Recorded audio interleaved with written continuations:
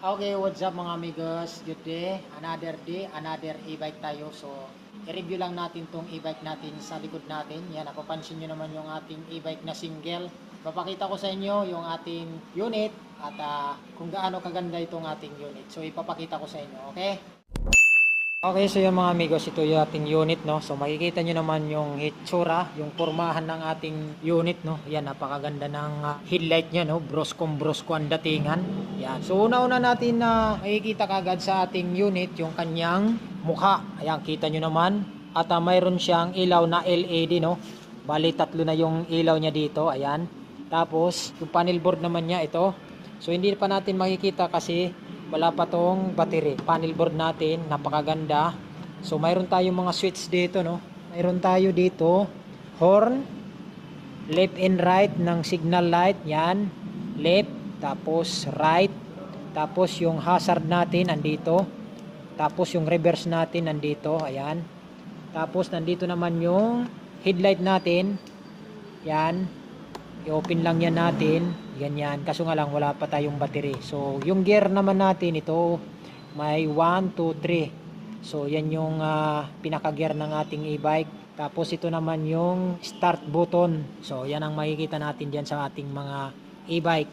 So makikita rin natin mayroon tayo dalawang susi, dalawang remote. So pwede nating gawing keyless, pwede nating gawing manual key. Yan. So, ang kinaganda dito mga amigos, mayroon na rin tayong crash guard. Yan, kita nyo naman yung crash guard natin. Umiikot yan hanggang dito, hanggang likod. Yan, tapos mayroon tayong top box. Ayan, makikita nyo naman yung top box natin. May sariling susi din yan dito.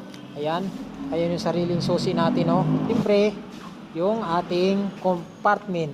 So, bubuksan natin ang compartment, no. Ayan yung compartment natin mga amigos, no. So napakalalim ng compartment natin. Mayroon na siyang kasamang side mirror. Yan, napakalalim. Pwede kung ano-anong ilalagay nyo dito mga gamit. Nandito cellphone pwede kayo maglagay. Yan, tapos mayroon tayong breaker, no. In case na once na nasunog yung mga wire, automatic tong magsi-switch para hindi matuloy yung sunog. Yan, nakikita nyo naman. Saka kinaganda nito mga amigos, yung ating e-bike ay disc brake na rin yung harap. Tapos yung likod natin, yan, disc brake na.